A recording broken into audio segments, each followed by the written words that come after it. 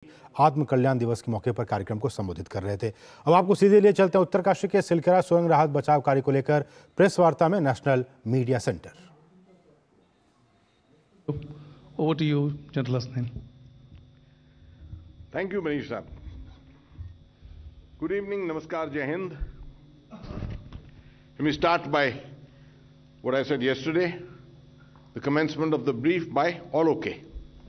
Sab theek hai, things are going well, nothing to worry at the moment, things are under control.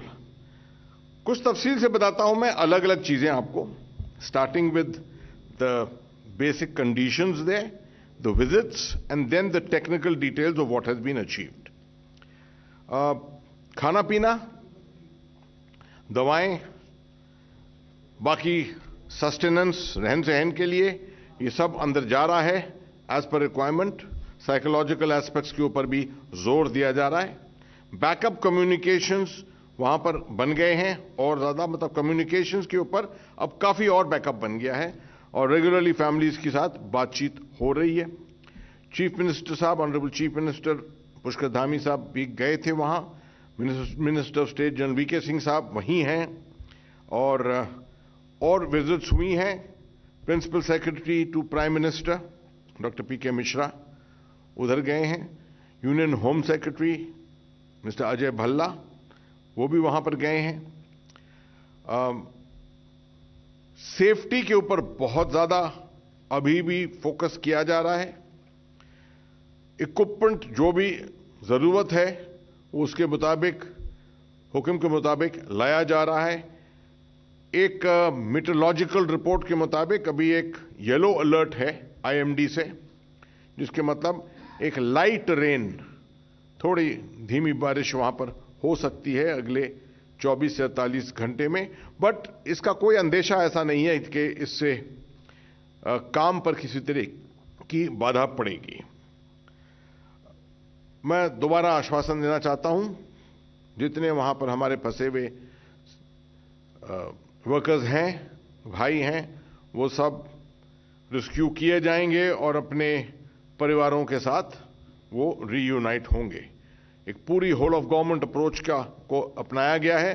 Private, public sector सबको इसके लिए galvanise किया गया है। हमारे पुराने डायरेक्टर जनरल बॉर्डर रोड्स और engineer in chief lieutenant general Harpal Singh अब रिटायर हो चुके हैं, मगर उन्होंने अपनी सर्विसेज ऑफर की, उनको भी वहां ले जाया गया है। वो वहीं पर हैं इस वक्त एडवाइस के तौर पर देने के लिए। Principal secretary to the Prime Minister, Honorable Dr. Mishra Sahab, along with Home Secretary Shri Ajay Bhalla, Chief Secretary Uttarakhand Shri Sukhveer Singh Sandhu, और Additional Secretary to Honorable Prime Minister Shri Hari Ranjan Rao, ये सब यहाँ पर गए थे आज सिलखेरा site पर। Horizontal drilling site पर भी जाकर देखा उन्होंने और वर्टिकल ड्रिलिंग साइट्स को भी मुआयना किया। 170 मीटर परपेंडिकुलर जो ड्रिलिंग होनी है, जहां पर टनल बनना है, उसका भी उन्होंने मुआयना किया।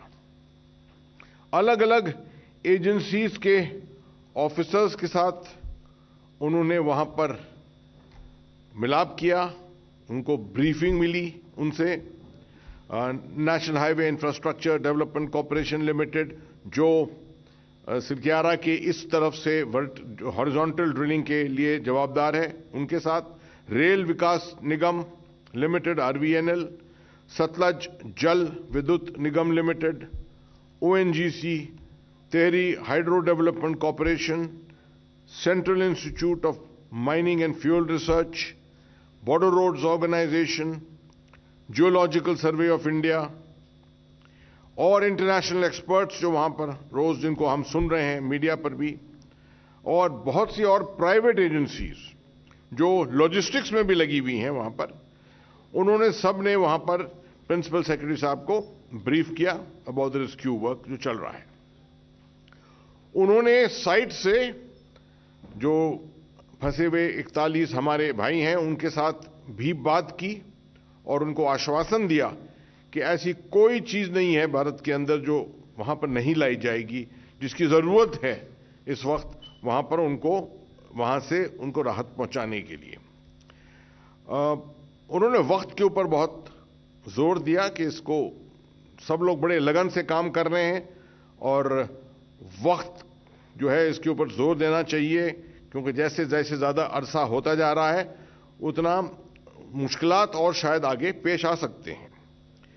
उन्होंने जितने वहां पर टेक्नीशियंस थे खासतौर पे उनको बहुत अप्रिशिएट किया। मशीन ऑपरेटर जितने थे, वेल्डर, अब वहां रैट माइनर भी पहुंच गए हैं मैनुअल माइनिंग के लिए। Police, SDRF, NDRF, border roads organisation, army के इंजीनियर्स, आईटीबीपी, डिस्ट्रिक्ट एडमिनिस्ट्रेशन इत्यादि।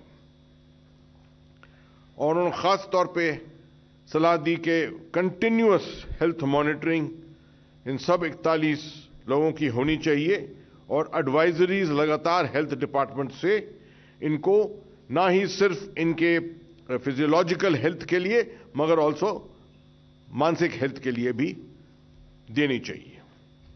आखिर में उन्होंने कहा कि सरकार जो है वो पूरी तरीके से कमिटेड है, it's committed to provide all types of support. किसी भी एजेंसी का भारत में की मदद सरकार लेने को तैयार है अगर उनके पास कोई ऐसा आला है, कोई ऐसा बैकअप है, कोई टेक्नोलॉजी है या कोई ऐसे ह्यूमन रिसोर्सेज हैं जो मदद कर सकते हैं। अब मैं आपको कुछ टेक्निकल बातें बताऊंगा जो कल से प्रोग्रेस हुआ है। कल जैसे आपको बताया था मैंने कि 6 जगह पर कोशिशें शुरू हो गई हैं या शुरू होने वाली हैं। शुरुआत करते हैं प्लान ए, जो सिलक्यारा की तरफ से जो 8 ये हॉरिजॉन्टल टनल जो 900 मिलीमीटर पाइपलाइन और 800 मिलीमीटर आगे उसको बनाने में आगे बढ़ाने के लिए ये पूरा इसका जो अभियान है।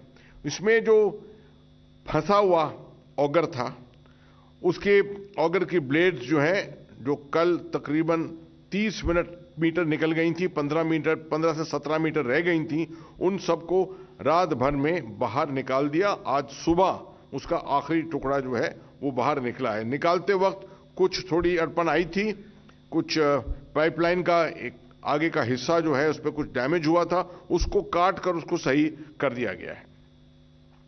तो अब इस जरिए यहां से इस दिशा से मैनुअल आर्मी के इंजीनियर्स, रैट माइनर्स और जो बाकी टेक्निकल लोग हैं वहां पर, वो एक साथ एकजुट होकर 2-2 की टोली में अंदर जाकर और धीरे धीरे आगे बढ़ेंगे। ये काम आज उम्मीद है कि आज शाम तक शुरू हो जाएगा। प्लान 2 ये ऊपर से वर्टिकल ड्रिलिंग का था जो सतलज जल विद्युत निगम लिमिटेड अपना रही है, ये इसकी जवाबदारी।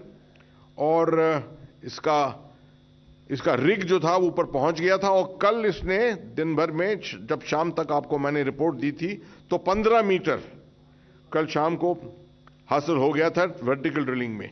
अब खुशी है आपको बताने में कि तकरीबन 30 से 32 मीटर, एग्जैक्ट नहीं मालूम है कि 30 से तकरीबन 32 मीटर जो है वो हासिल हो गया है।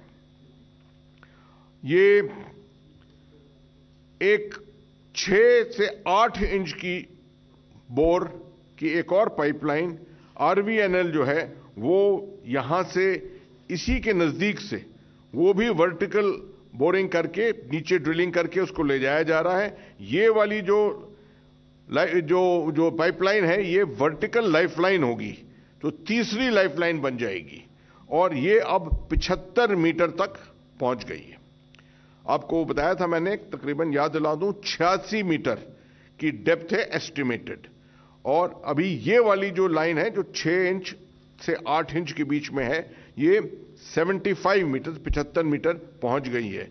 इसका फायदा और भी ये था कि इसके ड्रिलिंग से कुछ अंदाजा लगा सकते थे कि जो हमारी जो मेन ड्रिलिंग हो रही है ऊपर से जो SJVNL कर रहे हैं 1 to 1.2 मीटर की जो है जिसका बोर है, वो जब नीचे और पहुंचेगा तो किस तरह की सॉयल, किस तरह के पत्थर चट्टान जो है वो सामने उसके आएंगे।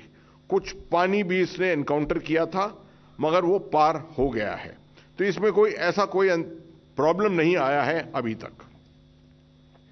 जो परपेंडिकुलर टनल एक नीच दिशा से साइड से बनाना है उस पर अभी भी काम नहीं शुरू हुआ है, क्योंकि इसकी मशीनें जो हैं, बहुत बड़ी बड़ी मशीनें जो हैं, वो सड़कों पर अभी भी कुछ बड़ी धीरे से उनका एडवांस हो रहा है।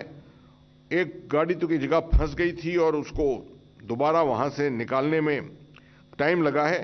तो एक गाड़ी तो तकरीबन 20 किलोमीटर दूर है और दूसरी गाड़ी तकरीबन 40 किलोमीटर दूर है। ये 2 गाड़ियों के जरिए ये इक्विपमेंट जो है आया जा रहा है। मैं आपको याद दिला दूं, ये वही वाली साइट है जहां पर पानी का बंदोबस्त किया गया है। बरकोट के तरफ जो ओएनजीसी की पाइप वर्टिकल ड्रिलिंग बननी है 24 इंच चौड़ी, उसके लिए भी ट्रैक का प्रिपरेशन अभी भी जारी है। काफी हद तक ट्रैक बन चुका है और रिग जो है उसके बाद ऊपर ले जाया जाएगा। इस पे अभी काम नहीं शुरू हुआ है, मगर ऊपर जो इसकी सीटिंग है उसके ऊपर काम हो चुका है। जो पीछे प्लान 5 जो बरकोट की तरफ है वो भी हॉरिजॉन्टल काम है। वहां पर कल 5वां ब्लास्ट करा था, आज सुबह इन्होंने 6ठा ब्लास्ट वहां पर किया है। तकरीबन 12 मीटर का वहां पर क्लियरेंस उन्होंने कर दिया है। जो 12 मीटर इनको मिला है वहां पर जो टनल बना है, क्लियर्ड पोर्शन जो है उसको स्ट्रेंथन किया जा रहा है। उसके अंदर रिब्स लगाए जा रहे हैं ताकि वो कोलैप्स ना हो, क्योंकि अभी तक तो वो कच्चा रॉ इलाका है जिसके अंदर इस तरह की कार्रवाई की गई है। और प्लान 6 जो इसी दिशा से सिलक्यारा की तरफ से किया जा रहा है, अभी उसको अपनाया नहीं है, उसकी तैयारी पूरी हो रही है। लगातार उसके पैनल बनाए जा रहे हैं और ये एक ड्रिफ्ट मेथड शुरू होगा, जिसको मैंने आपको पहले भी एक्सप्लेन किया था कि इसके टनल के जो साइड्स हैं उनको खरोंच कर उसको बड़ा करके उसमें गैप बनाकर ये रास्ता बनाया जाएगा तकरीबन 60-62 मीटर के लिए। मगर ये सब तब अगर जो साधन इस्तेमाल किया जा रहा है, जो आज शाम से शुरुआत जिसकी होगी मैनुअल बोरिंग की, अगर वो किसी हालत में सक्सेसफुल नहीं होता, कामयाब नहीं होता, तब ये सब तरीके जो हैं इसमें इसके ऊपर पे ज्यादा जोर दिया जाएगा। जहां ये मैनुअल एफर्ट लगाई जा रही है, बेशक उसके अंदर आपने पहले भी देखा है कि पत्थर मलबा जो है, आयरन रॉड्स, ये सब अंदर हैं उसके, तो जरूरी है कि स्पीड जो है वो आपको नहीं मिलेगी। इसको धीरे धीरे जैसे हाथ से इसको हम करते रहेंगे, उसको काटते भी रहेंगे, गैस कटर्स के साथ उन मटेरियल्स को काटते रहेंगे, उसको निकाल कर मलबे को पीछे भी भेजते रहेंगे। तो इसकी प्रोग्रेस हमको आज शाम से यकीन होने लगेगी कि कितनी ज्यादा प्रोग्रेस हो सकती है 12 घंटे में या 24 घंटे में। उससे फिर कुछ अनुमान लगाया जा सकता है कि जो 15 मीटर है, 47 मीटर के बाद जो 15 मीटर रह गया है, उसके लिए तकरीबन कितना वक्त लगेगा। और उसके बाद आप थोड़ा अप्रिशिएट कर सकते हैं कि उसको प्रूव करना पड़ेगा, पाइप्स को अंदर डालना पड़ेगा, पाइप्स को लगातार पुश करना पड़ेगा, 1-2 रिहर्सल करने पड़ेंगे लोगों को निकालने के लिए, और तब जो आखिरी अभियान का जो आखिरी हिस्सा है वो उस हालत में तब जाकर शुरू होगा।